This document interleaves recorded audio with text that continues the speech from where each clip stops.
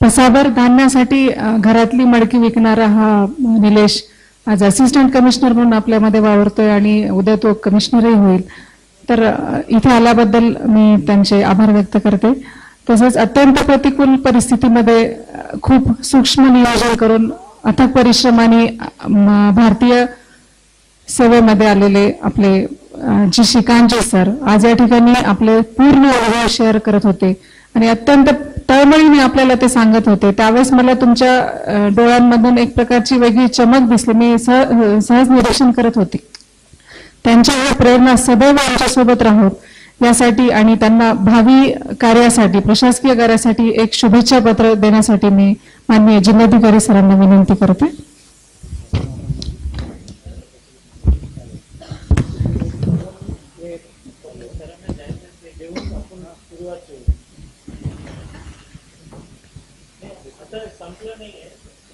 प्रश्न उत्तराचा तास नंतर होणारच आहे, पण सरांना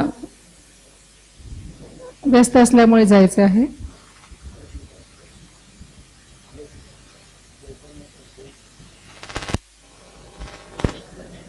जी शिकांच्या सरांना आभारपत्र देते.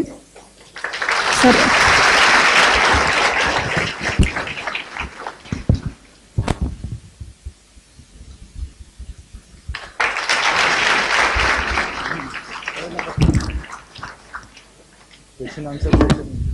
धन्यवाद सर. यानंतर प्रश्नोत्तराचा तास कंटिन्यू होईल. आपल्या मनात ज्या काही शंका असतील एमपीएससी यूपीएससी बद्दल आपण त्या इथे विचारू शकता. तुम्हाला काही आणखीन प्रेरणा हव्या असतील तर त्याबद्दलही आपण या ठिकाणी चर्चा करूया. माननीय जिल्हाधिकारी सरांनी आपला खूप व्यस्त वेळ या ठिकाणी दिला त्याबद्दल आपल्या सर्वांच्या वतीने मी त्यांचे या ठिकाणी आभार व्यक्त करते.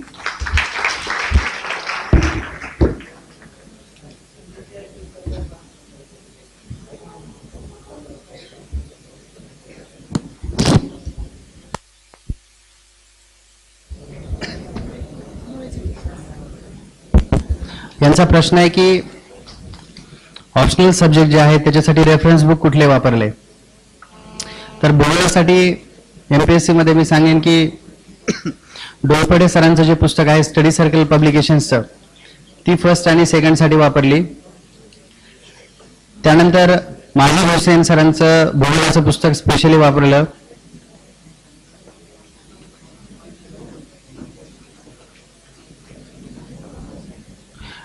पाचवी ते 10वीची भूगोलाची एससीआरटीची पुस्तकं वापरली आणि एनसीआरटीची सुद्धा रेफरन्सेस घेतले, पूर्ण वापरली नाही.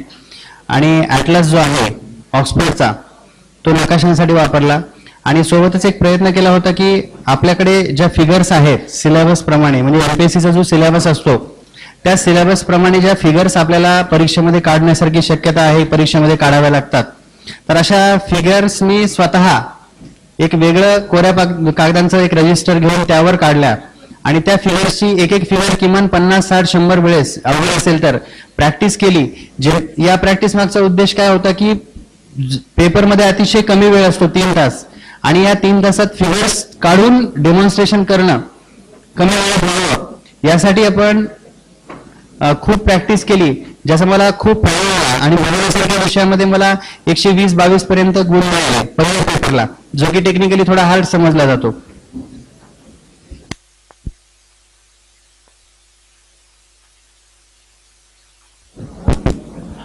लोक प्रशासनासाठी एकतर के सागर पब्लिकेशन्सची पुस्तकं होती आणि मला नंतर वाटल्यास तुम्ही मी माझा फोन नंबर देतो. आता मला सर्व नावं आठवत नाहीत. लोक प्रशासनाचे जे सेशन आहेत म्हणजे कर्मचारी प्रशासन आहे, आर्थिक प्रशासन, राज्यघटना, त्याचबरोबर ग्राम प्रशासन, या सगळ्यांसाठी सेक्शन वाईज वेगळी पुस्तकं माझ्याकडे मी वापरली. कर्मचारी प्रशासनासाठी वेगळ्या लेखकाचं वापरलं, ग्राम प्रशासनासाठी वेगळं वापरलं. तर माझा नंबर घ्या सर्वांनी 9420 847 9420 847 840 9420 847 840. तर ती सगळी नावं तुम्ही फोन करा, मी तुम्हाला उद्या सकाळपासून कधी परवा सकाळपासून कधी सांगू शकेन.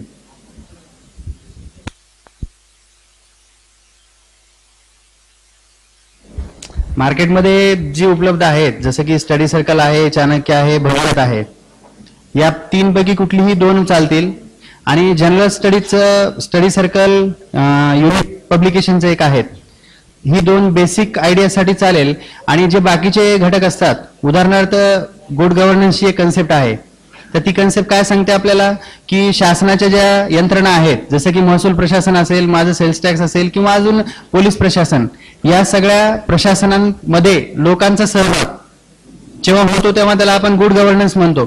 तर गुड गव्हर्नन्सच्या नवीन नवीन योजना जसं की पोलीस दलाची जी आहे ग्राम सुरक्षा दल किंवा महात्मा गांधी जी ग्राम तंटामुक्ती अभियान आहे, तर तंटामुक्त समित्या, तर अशा ज्या दररोज शासनामध्ये नवीन योजना येत जातात, तर त्यासाठी वर्तमानपत्र, मासिक किंवा लोकराज्य सारखं जे शासनाचं मुखपत्र आहे त्यातून त्या योजना येतात.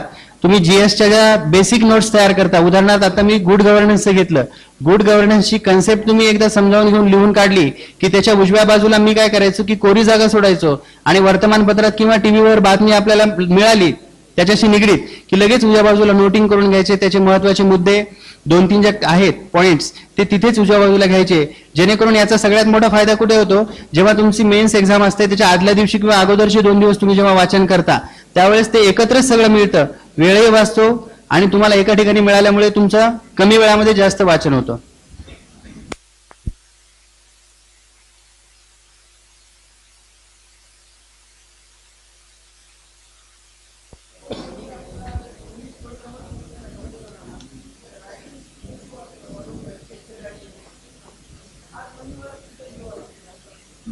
रायटिंग स्किलच्या बाबतीमध्ये हार्डवर्कला पर्याय नाही. म्हणजे माझं वैयक्तिक मत विचाराल तर मी असं सांगेन की रायटिंग स्किल जे आहे तो काही 1-2 दिवसात किंवा परीक्षेसाठी येणारा भाग नाहीये. त्यासाठी तुम्हाला अभ्यास करताना पॅरलली त्याला वेळ द्यायला लागेल. स्वतः लिहून बघा आणि तुमच्या परिसरातले एखादे चांगले इंग्रजीचे जे शिक्षक आहेत त्यांचं मार्गदर्शन घ्या. एक 4 ते 6 महिन्यामध्ये तुम्हाला खूप इम्प्रूव्हमेंट तुमच्यामध्ये दिसेल. आणि माझा एक जवळचा मित्र ज्याला की वर्तमान काळात वाक्य लिहायला लागले की तो भविष्य काळात लिहायचा, ING कधी लावायचं, इज कुठे, वॉज कुठे इथपर्यंतही नॉलेज नव्हतं.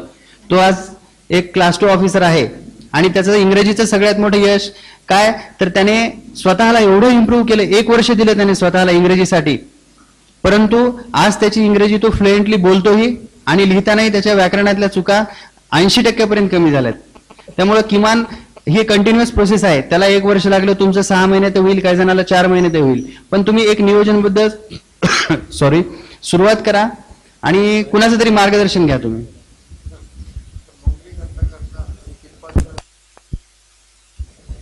मी बसलेला आहे समोर तुमच्या, रात्री 8 ते सकाळी 2 माझा अभ्यास. सरांची तर माझी तरी एका ठिकाणी होती, श्रीकांत सरांची तर नोकरी फिरती होती, तरी सरांनी नियोजन केलेलं आहे. प्रायव्हेट नोकरी असो किंवा गव्हर्नमेंटचा जॉब असो, मी तर म्हणेन प्रायव्हेट नोकरीमध्ये एक प्लस पॉइंट असतो की तुम्हाला 9 महिन्याला कामच करायचं असतं. आमचं सगळ्यांना असं असतं की 9 महिन्याला कामाव्यतिरिक्त जास्त कामं करावी लागतात. सांगण्याचं तात्पर्य काय की या जॉबमध्ये अनिश्चितता बऱ्यापैकी आहे, जी की प्रायव्हेटमध्ये वेळ जरी जात असेल, तुमचा काम जरी खूप करायला लागत असेल तरी तुम्हाला अनिश्चितता कमी आहे.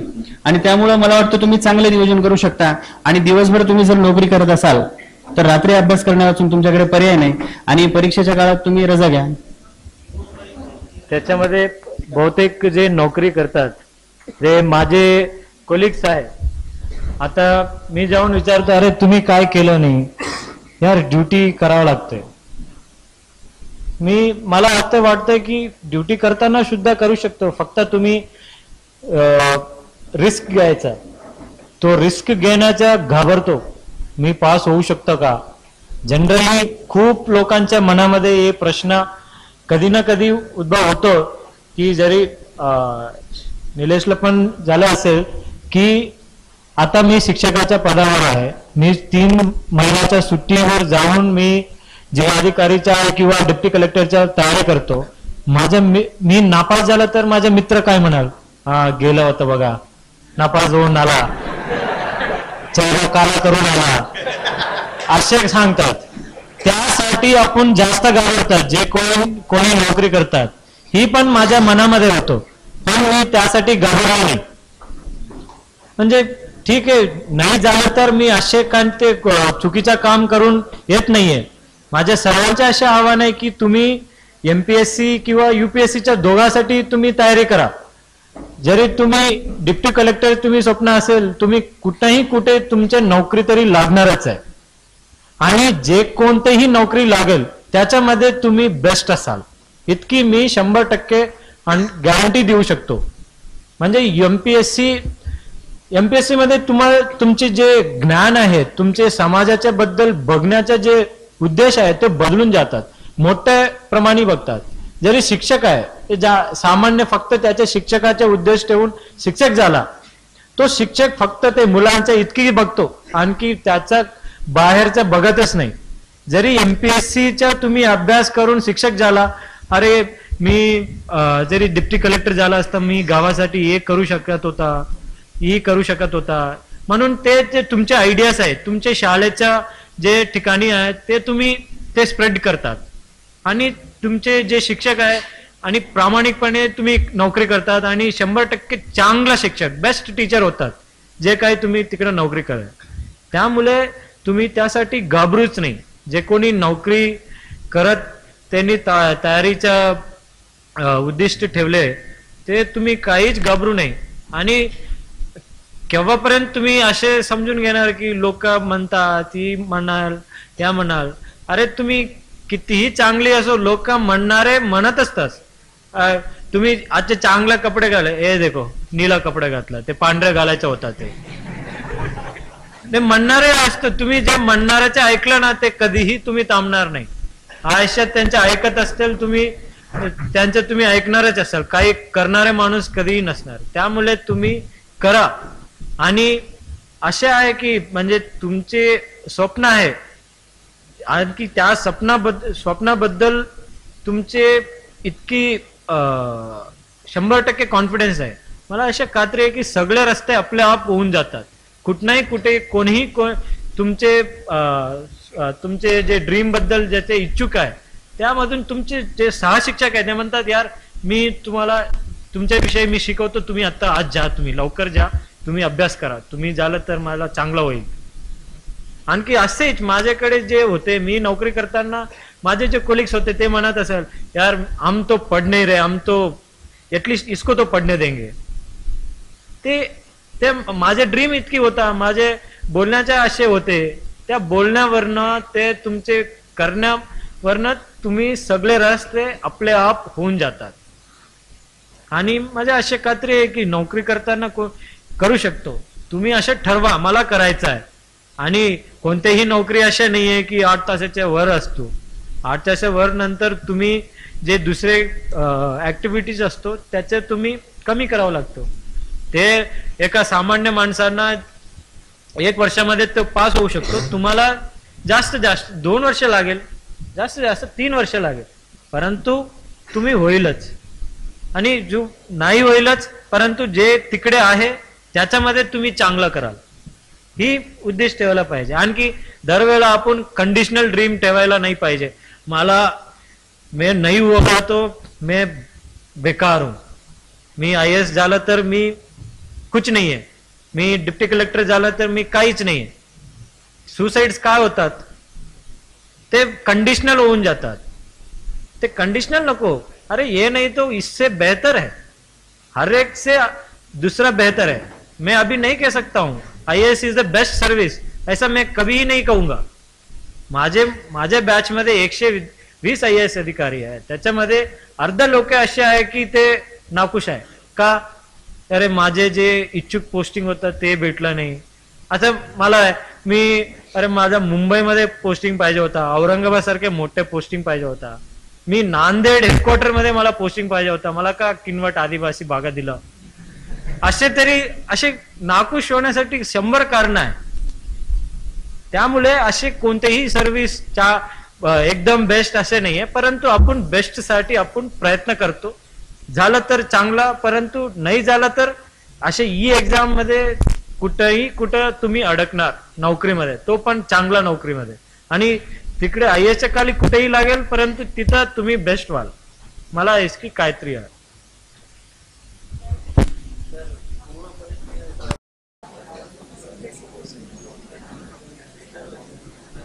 थोडक्यात सांगतो अगदी. पूर्व परीक्षेमध्ये सगळ्यात महत्वाचं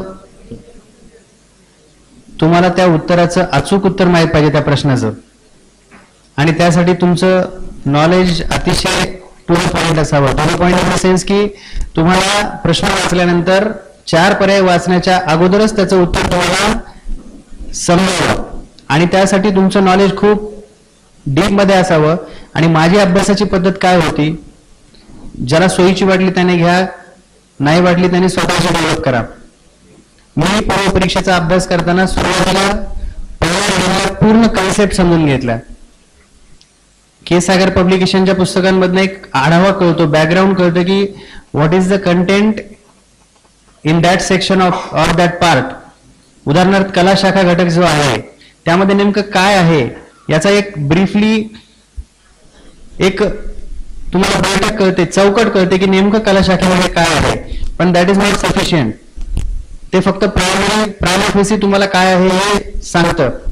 आता स्टडी सर्कल पब्लिकेशनच्या पुस्तकांबद्दल बऱ्याच जणांच्या मनात एक शंका आहे की त्यातलं तेवढं विश्वासार्ह 100% नाहीये. आकडेवारीच्या चुका असतात, सणावाच्या इतिहासातल्या असतात.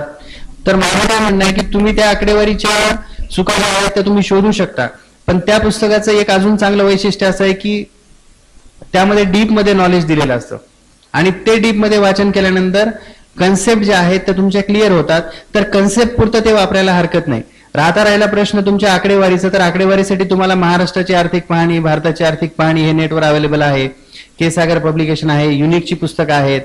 जे अदर ऑप्शन्स आहेत त्याच्यासोबत टॅली करून आकडेवारी तुम्ही तुमची कन्फर्म करू शकता. परंतु ती पुस्तक वाचलं स्टडी सर्कल पब्लिकेशनचं की त्यातनं काय फायदा होतो की कोरिलेटिव्हिटी म्हणजे रिलेटिव्हिटी. उदाहरणार्थ 1857च्या उठावाची कारणं जाणून घेण्याच्या अगोदर इंग्रज जेव्हा भारतामध्ये आले, 18वे शतक सुरू होण्याच्या अगोदर पासून ते पेशव्यांचा पराभव करेपर्यंत 1818 पर्यंत, त्याच्या अगोदर त्यांनी पोर्तुगीजांसोबत काय युद्ध केलं, त्यानंतर त्यांनी डच फ्रेंच होते शिखांसोबत जे गैरसमजातून का होईना पण 3 युद्ध झाली. ही सगळी जी हिस्ट्री आहे ही हिस्ट्री तुम्ही जाणून घेतल्यानंतर तुमच्या लक्षात येतं की हळूहळू त्यांनी भारतावर सगळा कसा आपला अंमल प्रस्थापित केला, त्यांनी कसं असं आपलं राज्य सर्वत्र जाळं पसरवलं. आणि हैदराबादचा निजाम तर तो 1798ला त्यांनी काय केलं, सगळं आपण म्हणजे फक्त राज्य स्वतःकडे ठेवलं, बाकी सगळं इंग्रजांकडे दिलं. मग शेवटी राहिले कोण, मराठे. आणि एकदा मराठ्यांचा पराभव केला की पूर्ण भारतावर त्यांचं राज्य झालं, आणि सगळीकडे त्यांचं राज्य झाल्यामुळे त्यांची एक हुकुमशाही प्रस्थापित झाली.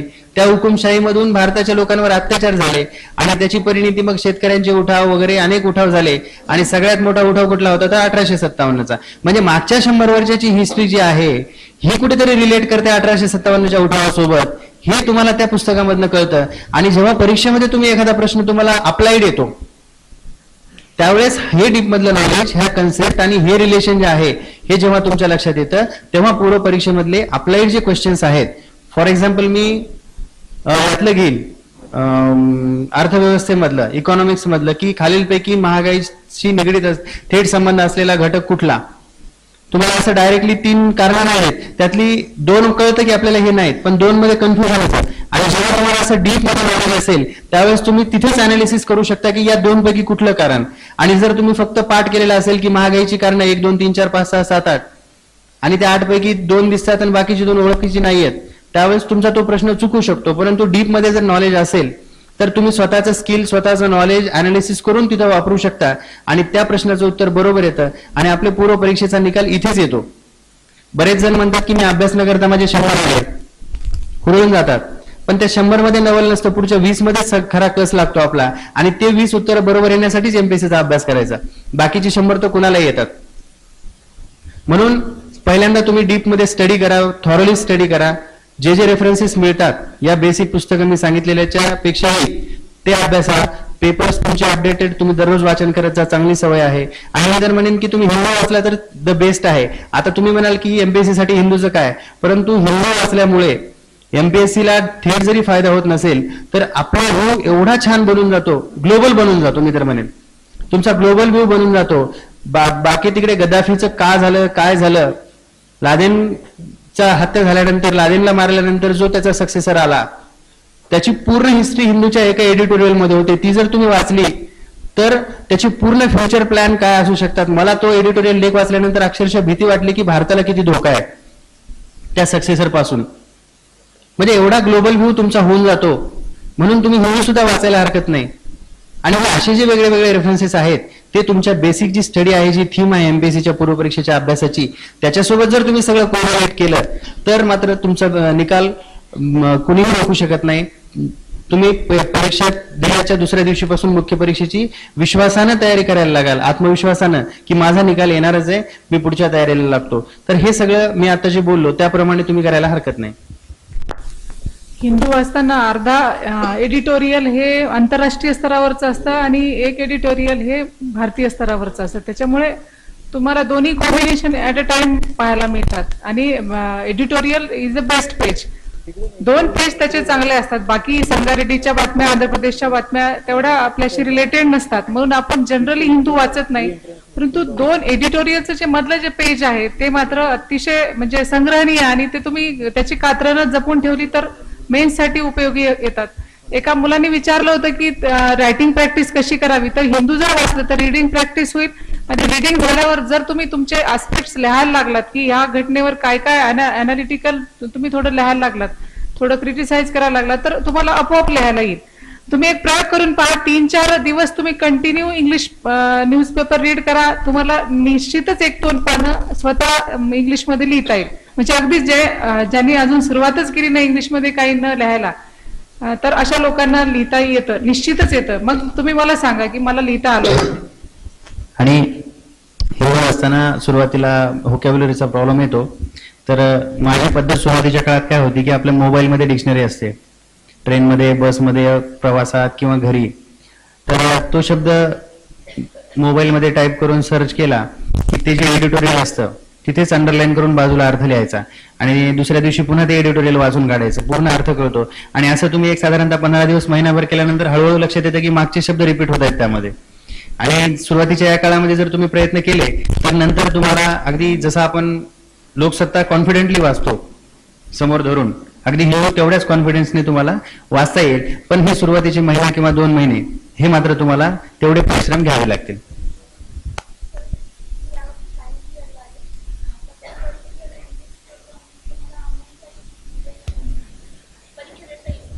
ग्रॅज्युएशन कुठलं आहे तुमचं? नक्कीच देता येईल तुम्हाला, कारण 15 तुमचा रिझल्ट मात्र मुलाखतीच्या अगोदर तुम्हाला मुलाखतीच्या अगोदर चालेल. तुम्ही मुख्य परीक्षा वय किती आहे? 23 चालेल.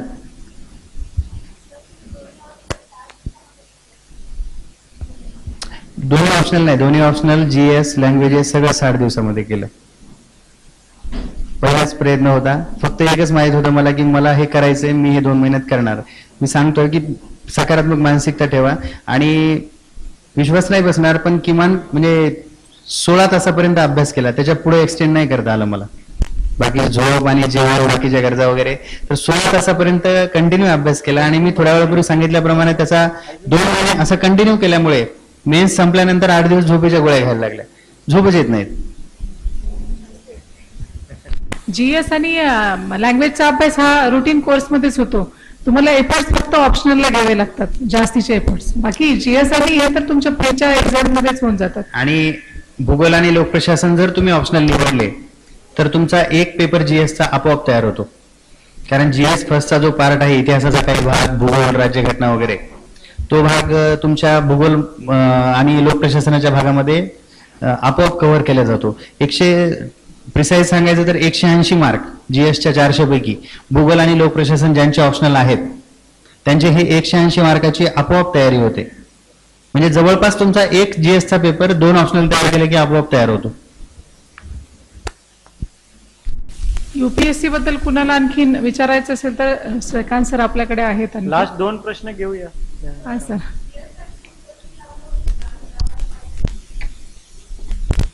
हा, मी जीएस साठी लावलं होतं. जेव्हा कोचिंगच्या कशा असतात, लावल्याच्या अगोदर असे वाटत असतात की कोचिंग लावलं तरी आपण पास होतो. कोचिंग करताना, कोचिंग झाल्यानंतर असे वाटतं की मी कोचिंग का घेतलं, हे तरी मी स्वतः केलं असतं. ही माझे अनुभव आहे. त्यामुळे मला असं वाटलंय की तुम्ही जरी स्वतः सक्षम आहे की जे वाचून तुम्हाला कळतो, तुम्ही त्यासाठी वेळ देऊ शकतो, तुम्ही नक्कीच कोचिंगच्या काही गरज नाही. परंतु तुमच्याकडे इतकी रिसोर्सेस पाहिजे की जे काही शिक्षक आहे, जे काही सिनियर्स आहे, जे काही कळलं नाही ते त्याच्याशी संपर्कमध्ये राहून ते तुम्ही त्या प्रॉब्लेम मिटवू शकतात. परंतु बघा, दरवर्षी MPSC UPSC या कोणत्याही परीक्षा पास होत असतात जे मुली, सर्वांचे असे नसतात की सर्वांच्या एकटाच स्टोरी असतो. नीलाशचं वेगळं आहे, माझी वेगळं आहे, अंगेवार मॅडमची वेगळं आहे, तुमची वेगळं असेल. असे नाहीये की म्हणजे मी जे काही सांगेल तुम्ही तसंही फॉलो करायचा. जसं निलेशनी 60 दिवसामध्ये केलं, अरे मी 60 दिवसात करू शकत नाही, ठीक आहे सोडून घ्या, असे नाही. प्रत्येकांचे प्रत्येक रस्ते असतो, परंतु स्वप्न एकटच असतो, परंतु रस्ते अनेक असतो. तुमचे वेगळं असेल. तुमचे जेव्हा तुम्ही इथं आल, तुम्ही सांगेल ते त्यावरनं दुसरे मार्ग काढते. तुमचे स्वतःची वेगळं असणार आहे. आणि जे काही मुलं विचारतात आन्सर रायटिंग कसे इम्प्रूव्ह करावे, तेच ना करत करत होतो. असे काही मी सांगू शकत नाही पोहणे कसे आहे, हात असं करा, हात असं करा, पाय असं मारा, असे होत नाही. तुम्ही स्वतः त्याच्यामध्ये उतरायचा, हात वर मारायचा, कधी कधी हेल्प म्हणायचा, आणखी तेव्हा तुमचे आन्सर रायटिंग होऊ शकतो. ते आम्ही 100 दिवसात दररोज तुम्हाला आंसर राइटिंग ऐसा करने का, वैसा करने का, ऐसा करने का, ऐसा बोला तो कभी ही इंप्रूव नहीं होगा. तुम्ही आन्सर राइटिंग लिहत लिहत तुम्ही समजाल, अरे पहिला आन्सर लिहिल्यानंतर तुम्हाला कळेल किती वाईट आन्सर आहे, नाहीतरी तेव्हा तुम्हाला लागेल अरे चांगला आन्सर आहे. परंतु 10 आन्सर लिहिल्यानंतर पहिला आन्सर बघेल मी इतकी वाईट लिहिला होता, असे प्रश्न निर्माण होतील तुमचे. असे आन्सर रायटिंगच्या बाबतीत आहे. माझे पण सेम अनुभव आहे. पहिला आन्सर लिहिल्यानंतर कधी कधी वाटायचं काय शब्द लिहिला आज, काय शब्द लिहिला, याचा मला IAS होण्याचं कोणीच थांबणार नाही. आता नंतर जेव्हा 10-20 आंसर लिहिल्यानंतर ये तो मेरा कोई भी 5वीं का बच्चा भी लिख सकता है ऐसे, वैसा इतना गंदा रहता है. तो त्या म्हणजे तुम्ही दररोज लिहिलं, प्रॅक्टिस केलं तरी ते परफेक्ट होईल. अशा नाहीये की विचार करेल एका दिवसामध्ये ठीक आहे, एक आज लिख दिया, आज का बेस्ट आन्सर हो गया, कधीही नाही होणार. तो फक्त स्वप्न असणार. स्वप्नासाठी प्रयत्न करावा लागतो आणि तुमचे प्रयत्न कंटिन्यू राहू द्या. मी खरंच सांगतो, ज्यावेळेस मी पूर्व परीक्षेची तयारी सुरुवात केली होती, आता मी सेल्स टॅक्स डिपार्टमेंटला असिस्टंट कमिशनर आहे, तर मला एक वर्षभर सेल्स टॅक्स हा डायरेक्ट आहे का इनडायरेक्ट आणि इन्कम टॅक्सला डायरेक्ट आहे का इनडायरेक्ट ही कन्सेप्टच क्लिअर नव्हती. पूर्व परीक्षेत जेव्हा प्रश्न येतो खालीलपैकी डायरेक्ट टॅक्स कुठला नाही आणि त्याच्यात सेल्स टॅक्सचं जर ऑप्शन असेल तर मी सेल्स टॅक्स न लिहिता इन्कम टॅक्स डायरेक्ट नाही म्हणून अशी उत्तरं लिहिलेली आहेत, असं कन्फ्युजन माझ्या मनामध्ये होतं. आणि मग ते कन्फ्युजन की सेल्स टॅक्स हा अप्रत्यक्ष कर आहे का प्रत्यक्ष, या बेसिक गोष्टीपासून ते त्याच डिपार्टमेंटला टॅक्सेशनची कामं करण्यासाठी अधिकारी म्हणून हे जे ट्रान्सफॉर्मेशन आहे सरांनी सांगितल्याप्रमाणे करत जा. अनुभव कक्षा जशा वाढत जातात त्याप्रमाणे तुमच्यातला कॉन्फिडन्स वाढत जातो, नॉलेज वाढत जातं आणि ह्या छोट्या वाटणाऱ्या गोष्टी मोठ्या अडचणी वाटणाऱ्या गोष्टी हळूहळू छोट्या वाटायला लागतात आणि तुमच्यातला कॉन्फिडन्स बिल्डअप होतो आणि तुमचं सिलेक्शन व्हायला हळूहळू त्या दिशेने तुम्ही पुढे जात असता. म्हणून तुम्ही प्रयत्न करत जा. आलेल्या अडचणीसाठी तुम्हाला जे उपाय सुचतात ते करत जा. तुमच्या अडचणी हळूहळू दूर होत जातील आणि एक एक पायरी तुम्ही त्या यशाच्या दिशेने नक्कीच जाल. आणि प्रत्येक वेळा पूर्व परीक्षा, मेन्स परीक्षा हे सोडा, पहिला यशस्वी होण्यासाठी मला असे बोलणं आहे, माझे असे बोलणं आहे, तुम्ही ऍक्सेप्ट कराल नाही कराल मला माहित नाही, तुम्ही एक चांगला अधिकारी तुम्ही स्वतः समजा. तुम्ही अधिकारी झाल्यानंतर जे काही तुम्ही करणार आहे, जे काही तुम्ही करू इच्छितो त्याप्रमाणे आतापासून तुम्ही सुरू करायचं नियोजन. मी अधिकारी झाल्यानंतर मी नियोजन करतो, ते अधिकारी केव्हा होईल की कोणाला माहित आहे. नियोजन आणि टाइमवर येणे, टाइमवर आपण स्वतः करून घेणे, आपण चांगला अधिकारी म्हणजे हॉनेस्टी राहणे. तिकडे अरे आता 3 पोरं जात असतील, पोलीस पकडते, सर 100 देऊन सोडा ना आम्हाला, ते म्हणजे यू शुड बी ऑनेस्ट. म्हणजे तिकडे कोणाला मुलीला त्रास देते, अरे त्यांना त्रास दिला ना, माझ्या बहिणीला काय त्रास दिला, ते सोडून जायचा. ते काही दुसरे काही घटना घडत असतात, ऍटलिस्ट जाऊन तुम्ही विचारायचा, ऍटलिस्ट विचारू शकता काय चालू आहे, काय करतात. एका थप्पड मारतील, ठीक आहे, उतना ह्युमिलिटी से लेना है. इतकी तुम्ही फेस करायला पाहिजे. नाही मी अधिकारी झाल्यानंतर मी त्या मुलींना प्रोटेक्ट कराल, त्या मुलीचा सर्व झाला त्यावेळेला. हे असे होतात, असे खूप घटना घडतात. जरी तुम्ही त्यावेळेला नंतर पश्चाताप पडेल, त्या दिवशी मी थांबून मी तरी ते थांबले असता, मी चांगलं काम केलं असतं. म्हणून तुम्ही चांगला अधिकारी सारखं तुम्ही समजून घ्या आणि तुम्ही जे काही करू शकतात ते करा. कुठेही तुम्ही भ्रष्टाचार होत असतात, तुम्ही विचारा मी काय देऊ पैसे, कशाला देऊ, कोणते अधिकार आहे ते. मी 100 रुपये दिले तर पोती भेटते का, पोती द्या म्हणा. जेव्हा मी तयारी करताना मला माझे सिनियर लोकांनी असे सांगितले, आणि मी माझे पर्सनल एक्सपिरियन्स सांगतो की माझ्या जातीचे प्रमाणपत्र देण्याच्या वेळेस एका तहसीलचे लिपिक मला सांगितलं की याला 100 रुपये लागतो. मी म्हणलं ठीक आहे बाबा, 100 रुपये घ्या, पोती द्या. ते म्हणलं कशाचे पोती, पोती मिळत नाही. तुम्ही 1000 रुपये विचारा, मी 1000 रुपये देतो, परंतु मला पोती पाहिजे. मी असे म्हणजे त्याप्रमाणे त्या हॉनेस्टी आणि त्या अधिकारी सारखे तुम्ही विचार केला, अशा प्रकारे तुम्ही कंडक्ट केला, जेव्हा तुमच्या मुलाखतीमध्ये त्याप्रमाणे तुमचं उत्तर येणार. नाहीतरी तुम्ही सांगणार सर मैं तो ऑनेस्टी को मिटा दूंगा, ये कर दूंगा, तुम्हाला त्यावेळेस पकडणार हे माणूस सर्व खोटं बोलतात, जे एक सांगतात दुसरे काहीतरी करत असतील. म्हणजे तो हॉनेस्टी बोलण्यामध्ये करण्यामध्ये खूप बोलणे काही इझी नाहीये. तुम्ही बोलतो परंतु समोर माणसाला कळतो की हे खोटं बोलतो. जरी तुम्ही ते करतात आणि तुम्ही बोलतात त्याच्यावर इझिली कळतो की हे माणूस प्रामाणिक आहे. आणि ते नक्कीच मुलाखतीमध्ये तरी फायदा होणारच आहे.